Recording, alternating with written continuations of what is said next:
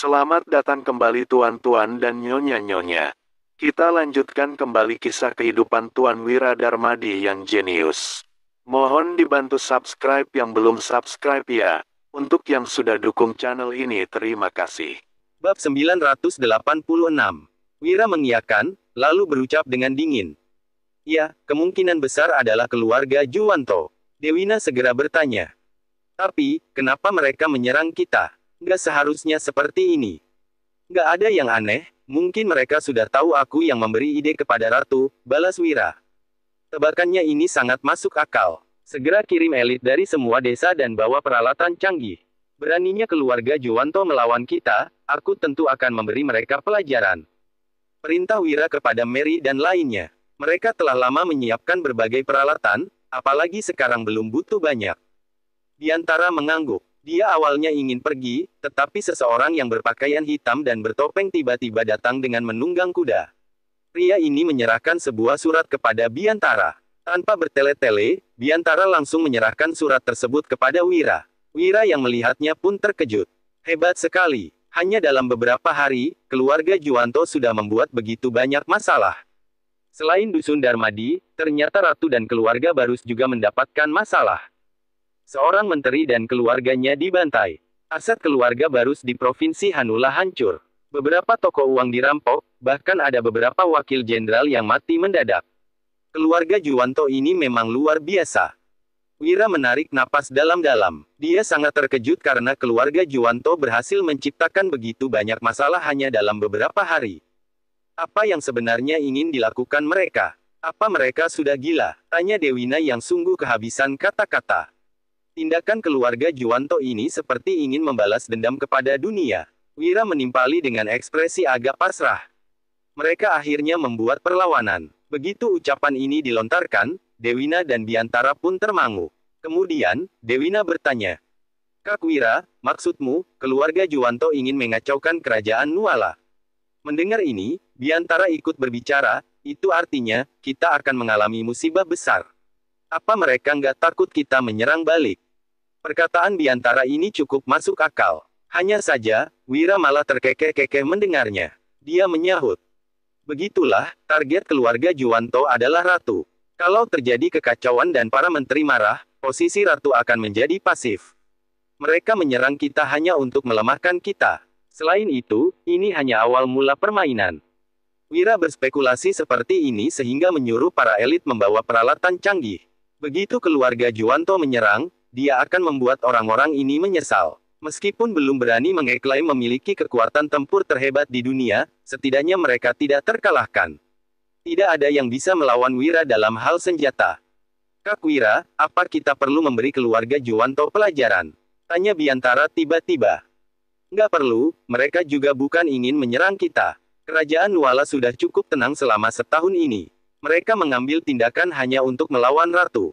Kalau membuat perlawanan, bukankah kita akan menarik perhatian orang-orang? Lebih baik kita diam untuk sekarang, jelas Wira. Bab 987. Wira tidak ingin berkonflik dengan mereka sekarang. Lagi pula, dia tidak berniat untuk menguasai dunia. Itu akan sangat melelahkan. Lebih baik menjadi orang kaya. Ya, baiklah. Mereka tidak memahami pemikiran Wira, mengira Wira merasa kesempatannya belum tepat. Biantara segera mengatur semuanya. Dengan demikian, ketiga provinsi tempat anggota Wira berada pun dilindungi oleh pasukan Zirah Hitam, juga terdapat peralatan canggih untuk pengangkutan. Setiap tempat setidaknya dijaga oleh 1 atau 2 tentara pasukan Zirah Hitam yang memiliki granat dan senapan. Jika keluarga Juwanto menyerang, mudah saja bagi mereka untuk mengalahkan puluhan petarung itu. Pada saat yang sama, Sigra yang berada di kediaman keluarga Barus tampak sangat murung. Dia pun mendengus dingin. Farel yang duduk di samping tentu tahu apa yang terjadi selama 2 hari ini. Dia berucap, Ayah, orang keluarga Juwanto sudah mengambil tindakan. Sigra mengangguk sambil menyahut, ya, mereka sudah nggak sabar. Nggak masalah, dia melakukan ini untuk mengacaukan kerajaan Nuala. Begitu ada kekacauan, keluarga Barus baru punya kesempatan. Kalau terus tenang begini, Jihan yang akan diuntungkan. Kita masih bisa menunggu, tapi keluarga Juwanto nggak bisa. Bahkan, mereka mungkin nggak tahu, hubungan kita dengan bibimu sudah retak. Kalau bibimu nggak bilang apa-apa, Kita juga nggak akan membocorkan apapun, lanjut Sigra yang tersenyum. Dia menjadi makin bersemangat saat berbicara. Tidak semua hal bisa diungkapkan oleh keluarga Barus. Bagaimanapun, mereka khawatir sang ratu melakukan sesuatu, juga ingin mengurangi kritik orang-orang. Namun, keluarga Juwanto tidak mungkin mengkhawatirkan hal ini. Mereka memiliki Pangeran Yahya. Kekacauan di dunia ini justru menguntungkan untuk mereka. Mereka bisa memanfaatkan kesempatan ini untuk merebut tahta. Tapi, keluarga Juwanto sudah menghancurkan beberapa lokasi tambang dan toko uang kita. Kerugian yang kita derita sangat besar, ujar Farel. Sigra tersenyum sembari menimpali, bukan masalah, semua kekayaan kita hanya dititipkan kepada keluarga Juwanto. Cepat atau lambat, kita pasti merebutnya kembali. Yang harus kita lakukan adalah membina pasukan. Farel, apa ada kabar dari kakakmu? Farel menyahut, kakakku masih membina pasukan di kerajaan Sonora. Sudah ada 50.000 tentara di bawah kendalinya. Semuanya dilatih olehnya sendiri. Dia melakukannya dengan sangat tertutup. Dari luar, tempat itu terlihat seperti kabupaten. Tapi, semua yang berada di sana adalah petarung hebat. Sigra pun mengangguk mendengarnya. Jumlah ini jelas tidak kecil, apalagi dilakukan dengan begitu tertutup. Harus diakui bahwa rencana keluarga Barus memang luar biasa. Pasukan ini akan menjadi kartu truf kita. Selain itu, utus beberapa petarung hebat keluarga Barus. Ada beberapa hal yang harus kita lakukan, ujar Sigra yang tersenyum dingin. Keluarga Juwanto telah mengambil tindakan, mana mungkin keluarga Barus diam begitu saja. Faktanya, yang paling pusing karena masalah ini adalah Jihan. Banyak menteri yang terkena musibah mendadak. Tidak masalah kalau hanya kehilangan barang, tetapi banyak yang kediamannya dibantai. Kejadian ini tentu mengejutkan seluruh ibu kota. Siapa yang begitu berani memberontak? Jihan yang duduk di ruang kerjanya sungguh naik pitam. Bab 988. Jihan sungguh murka. Dia tidak menyangka situasi akan menjadi seperti ini. Keluarga Juwanto ini benar-benar menghalalkan segala cara. Selama setahun ini, entah sudah berapa kali keluarga Juwanto membuat masalah di istana. Sekarang, mereka malah menyebabkan kekacauan di seluruh kerajaan Nuala. Keluarga Juwanto, kalian kira aku selemah itu? Jihan mendengus dingin. Sesudah merenung sekian lama, dia memerintahkan. Raja sudah wafat 1 tahun, suruh Pangeran Yahya kembali ke ibu kota untuk memberi penghormatan. Tatapan Jihan tampak dingin. Sudah waktunya memberi pelajaran kepada keluarga Juwanto. Tidak berselang lama, dekret akhirnya tiba di kediaman Yahya. Terlihat Yahya yang keluar untuk menyambut. Kasim berucap dengan lantang. Mendiang Raja Bakir telah wafat setahun. Pangeran Yahya diwajibkan pulang untuk memberi penghormatan sebagai tanda bakti. Baik, Yahya tidak bisa menolak karena tidak ada yang salah dengan perintah ini. Lagi pula, dia belum tentu akan pergi nanti. Begitu Kasim itu pergi, Kumar yang mendapatkan informasi pun buru-buru datang. Melihat ini, Yahya berkata, Paman, Ratu menyuruhku datang ke istana untuk memberi penghormatan kepada ayahku. Begitu mendengarnya, Kumar sontak mengernyit dan menyahut dengan dingin. Ratu ini benar-benar licik. Dia menggunakan alasan ini untuk menyuruhmu ke ibu kota. Yahya, kamu nggak boleh pergi. Begitu kamu pergi, Ratu nggak mungkin mengizinkanmu kembali lagi. Siapapun bisa memahami trik seperti ini. Yahya tentu juga paham. Namun, bukankah dia akan dinilai tidak menghargai Ratu jika menolak untuk pergi? Ratu juga tidak akan melewatkan kesempatan ini. Yahya hanya khawatir para rakyat mencelanya. Paman, kalau aku nggak pergi, Ratu pasti akan melakukan sesuatu. Ujar Yahya. Kumar tentu memahaminya. Dia mendengus dingin dan menimpali. Kita nggak perlu takut tentang itu. Tapi, kalau kamu pergi ke ibu kota, kamu akan dikurung sampai setengah tahun di sana. Enak saja dia. Kalau hal itu terjadi, keluarga Juwanto akan bertemu jalan buntu. Kumar tahu bahwa mereka akan sulit untuk merebut tahta jika Yahya pergi ke ibu kota. Tanpa Yahya, mereka akan sulit untuk beraksi. Yahya menghela napas dan memahami logika ini. Dia berkata, Paman, ini adalah perintah Ratu. Sulit sekali untuk memutuskannya. Meskipun Yahya adalah anak cerdas, dia baru berusia 11 tahun. Dia tidak memiliki ide untuk mengatasi masalah ini, begitu juga dengan Kumar. Hanya saja, Kumar sangat yakin bahwa Yahya tidak akan pulang lagi setelah pergi ke ibu kota. Yahya, kita bilang saja kamu sakit. Kalau ada alasan, Ratu nggak akan mencari masalah dengan kita semudah itu, usul Kumar. Meskipun alasannya agak memaksa, ini akan lebih baik daripada berpangku tangan. Selain itu, Kumar bisa menilai bahwa Jihan sudah pasti akan menyerang mereka tanpa peduli Yahya pergi ke ibu kota atau tidak. Kalau begitu, kenapa harus menolak? Yahya mengangguk sambil menyahut. Baiklah, aku akan turuti permintaan paman. Bab 989. Seiring dengan keputusan ini, Jihan pun menerima sebuah surat. Ketika melihatnya, dia mendengus sinis. Tatapannya tampak dingin saat bergumam. Keluarga Juwanto, kalian ini benar-benar serakah. Jihan meletakkan surat itu. Keesokan hari saat rapat istana, dia menyampaikan masalah ini kepada para menteri. Mendiang raja sudah wafat 1 tahun, aku sedang menyiapkan upacara peringatan untuknya akhir-akhir ini. Jangankan para pangeran, para jenderal juga harus kembali ke ibu kota. Tapi, Pangeran Yahya yang merupakan anak pertama raja malah menolak hadir. Aku, sedih sekali, ucap Jihan. Para menteri menarik napas dalam-dalam mendengarnya. Satu persatu memperlihatkan raut wajah terkejut. Mereka tidak menyangka Yahya akan menolak untuk hadir. Meskipun isi surat itu memang menyatakan dia sakit, orang cerdas tentu mengerti bahwa itu hanya alasan semata. Yang mulia, pangeran, sudah mengatakan dirinya sakit. Dia akan lelah kalau menempuh perjalanan panjang. Mendiang raja pasti bisa memahaminya, sahut salah seorang menteri. Jihan sontak melirik dengan dingin sambil mendengus. Kemudian, dia menegur. Kamu benar-benar berlapang dada, iya. Kalau suatu hari nanti kamu mengalami masalah yang sama, jangan lupa dengan perkataanmu ini. Ini adalah upacara peringatan pertama mendiang raja. Tidak peduli alasan apapun, Pangeran Yahya tetap seharusnya hadir. Aku selalu menganggapnya sebagai putra sendiri. Kalau tidak, mana mungkin aku menganugerahinya 3 provinsi. Memangnya ada anugerah sebesar ini di kerajaan Nuala? Tindakannya ini benar-benar tidak menghormatiku dan mendiang raja. Selama setahun ini, dia juga tidak pernah menanyakan kabarku ataupun menemuiku. Aku tidak keberatan dengan sikapnya ini karena aku bukan ibu kandungnya. Tapi, aku tidak akan membiarkannya memperlakukan mendiang raja dengan tidak sopan. Jelas Jihan. Begitu mendengarnya, para menteri pun tidak berani bersuara. Alasan yang diberikan Yahya memang kurang bagus. Tentunya, mereka semua tahu ini adalah perselisihan ratu dengan keluarga Juwanto. Meskipun Ratu Jihan menduduki tahta atas permintaan Raja Bakir, Pangeran Yahya tetap saja merasa enggan. Ini bisa dimengerti, tetapi mereka tidak seharusnya bertindak secara terang-terangan begini. Banyak menteri yang ingin membantu Yahya berbicara, tetapi mereka tidak berani menyinggung ratu. Semuanya, menurut kalian, apa yang harus kulakukan? Penasihat kiri, penasihat kanan, kalian sama-sama asistenku yang paling setia.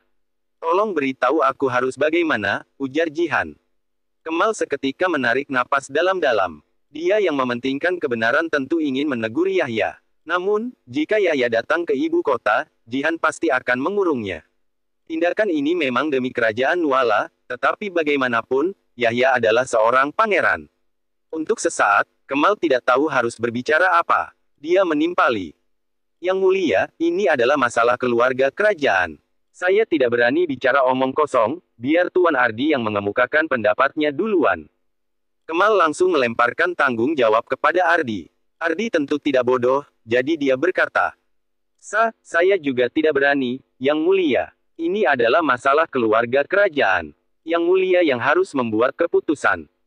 Jihan pun mengangguk. Bagus kalau tidak ada yang menentangnya. Dia memang tidak berharap kedua penasihat ini memberikan ide apapun. Kalau begitu, sampaikan perintahku. Pangeran Yahya harus tiba di ibu kota dalam 7 hari. Kalau tidak, aku akan menghukumnya. Seru Jihan. Bab 990. Setelah Jihan menurunkan perintah ini, semua orang di istana tidak berani mengatakan apapun. Di sisi lain, keluarga Juwanto juga telah mendapatkan perintah. Kumar bahkan mengetahui semua yang dilakukan dan dikatakan Jihan hari ini. Jihan, kamu benar-benar licik. Maki Kumar yang mendengus dingin. Sementara itu, Yahya menghela napas mendengarnya. Posisi mereka memang kurang unggul sekarang. Keluarga biasa saja harus memberi penghormatan kepada sang ayah saat upacara peringatan kematian, apalagi keluarga kerajaan seperti mereka. Kalau tidak pergi, Yahya hanya akan dicela. Paman, gimana? Aku pergi saja kalau memang terpaksa, ucap Yahya. Tidak ada cara lain yang lebih baik untuk masalah ini. Ratu memang ingin kamu pergi, tapi apa yang bisa dia lakukan kalau kamu menolak? Apa dia berani menyerangmu? Lagian, orang cerdas tentu tahu maksud Ratu. Perang sudah dimulai, kita nggak perlu mengalah padanya lagi. Keluarga Juwanto telah membuat begitu banyak persiapan selama 1 tahun ini. Mulai hari ini, kita merdekakan provinsi kita saja, sahut Kumar. Yahya menghela napas, lalu bertanya, Paman berniat untuk memberontak? Kumar mengangguk sembari menjawab, ya, ini sudah saatnya. Hari ini, aku akan menulis surat untuk menyatakan perang. Mulai hari ini, kita nggak ada hubungan dengan Ratu lagi. Selesai berbicara, Kumar langsung mengatur orang untuk membuat persiapan. Yahya tahu situasi ini cepat atau lambat akan terjadi sehingga tidak berbicara banyak. Mereka hanya memanfaatkan peluang yang ada. Kumar segera menyuruh orang untuk menulis surat. Dalam waktu singkat, surat ini sudah tersebar ke seluruh penjuru. Tentunya, surat ini tertulis atas nama Yahya. Saya, Yahya, memberi hormat pada seluruh leluhur. Hari ini, saya bersumpah akan mengalahkan Ratu Jihan.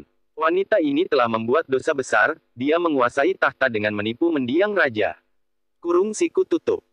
Ratu Jihan memanfaatkan situasi saat ayah saya terbaring sakit di ranjang. Wanita ini meminta agar dirinya bisa terlibat dalam pemerintahan, bahkan mengabaikan guru agung, pelindung agung, beserta penasihat agung. Kurung siku tutup. Ratu Jihan juga menyiksa saya dan selir Agung Alina dengan kejam. Saya menyadari ada yang tidak beres sehingga membawa ibu saya kabur. Kami hampir saja mati. Karena khawatir tindakan jahatnya ketahuan, Ratu Jihan baru menganugerahi saya 3 provinsi. Kurung siku tutup. Kini, Ratu Jihan menggunakan upacara peringatan mendiang raja untuk menyuruh saya kembali ke ibu kota. Saya adalah keturunan mendiang raja, tidak mungkin mengabaikan kekacauan kerajaan Nuala dan hidup dengan damai. Kurung siku tutup. Jadi, hari ini saya menyatakan perang. Mulai sekarang, Provinsi Sebra, Provinsi Hanula, dan Provinsi Nasaka akan berdiri sendiri. Saya juga bersumpah akan merebut kembali kerajaan nenek moyang dari tangan wanita jahat ini. Kurung siku tutup. Saya harap para rakyat segera mendapatkan pencerahan. Dengan ini, saya ucapkan terima kasih atas perhatian kalian semua. Kurung siku tutup. Begitu surat ini tersebar, semua orang sontak gempar. Astaga, Pangeran Yahya menyatakan perang dengan Ratu. Ratu merebut tahta. Serius, aku lebih memilih untuk mempercayai Pangeran Yahya. Lagi pula, nggak pernah ada wanita yang berkuasa sepanjang sejarah kerajaan Nuala. Mungkin, Ratu memang telah menipu mendiang raja. Aku juga merasa aneh saat Ratu menganugerahi ketiga provinsi itu. Masa anugerahnya keluar duluan daripada pangerannya? Benar, sepertinya, yang dikatakan Pangeran Yahya ini memang fakta. Banyak orang yang terkesiap dengan pernyataan ini. Namun, ada juga yang mempercayai Ratu Jihan. Pangeran Yahya ini serakah sekali, dia menyatakan perang pasti karena ingin merebut tahta. Benar, padahal Ratu sudah menganugerahinya 3 provinsi. Nggak pernah ada anugerah sebesar itu sepanjang sejarah. Bab 991. Lagi pula, Ratu nggak perlu mencelakai ibu dan anak ini. Sebaliknya Pangeran Yahya ini malah ingin merebut kekuasaan. Benar, kalau nggak mau merebut tahta, dia bisa tunggu sampai putra mahkota dewasa. Pangeran Jeffrey itu adiknya, bisa saja dia membantu adiknya sendiri. Tapi hasilnya, bukankah dia tetap saja mau jadi raja? Banyak juga orang yang melontarkan candaan dingin, ekspresi mereka tampak acuh tak acuh.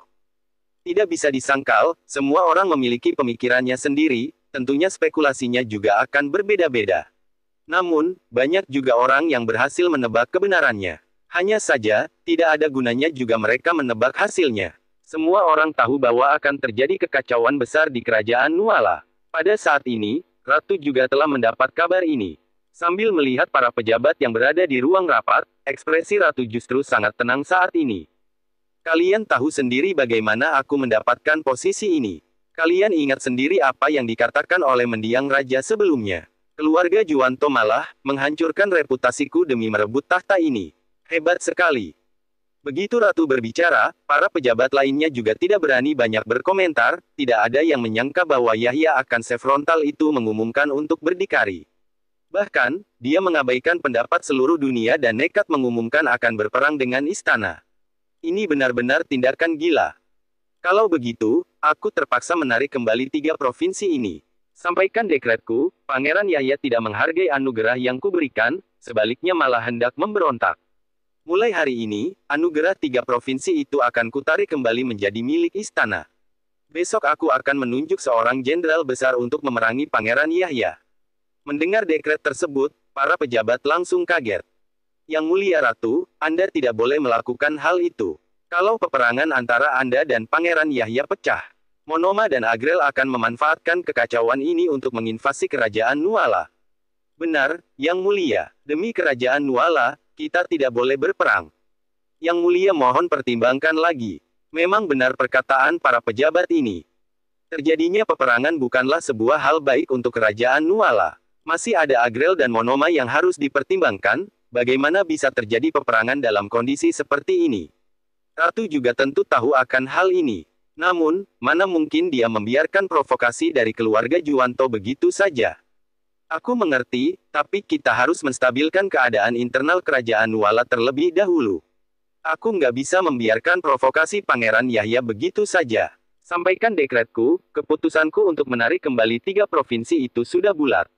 Beritahu semua warga di sana, tanya apakah mereka akan setia pada kerajaan Nuala, atau mau ikut memberontak bersama Yahya. Perkataan Jihan ini memiliki makna yang sangat mendalam. Sikapnya sangat tegas, hanya dengan berbuat demikian, dia baru bisa meyakinkan seluruh dunia akan tekadnya untuk memerangi Yahya. Pada saat bersamaan, dia menyebarkan informasi ini untuk menakut-nakuti keluarga Juwanto beserta pengikutnya.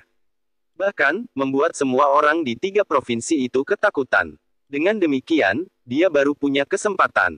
Dia melakukan ini untuk membuat musuh gentar, sambil mencoba menimbulkan perpecahan.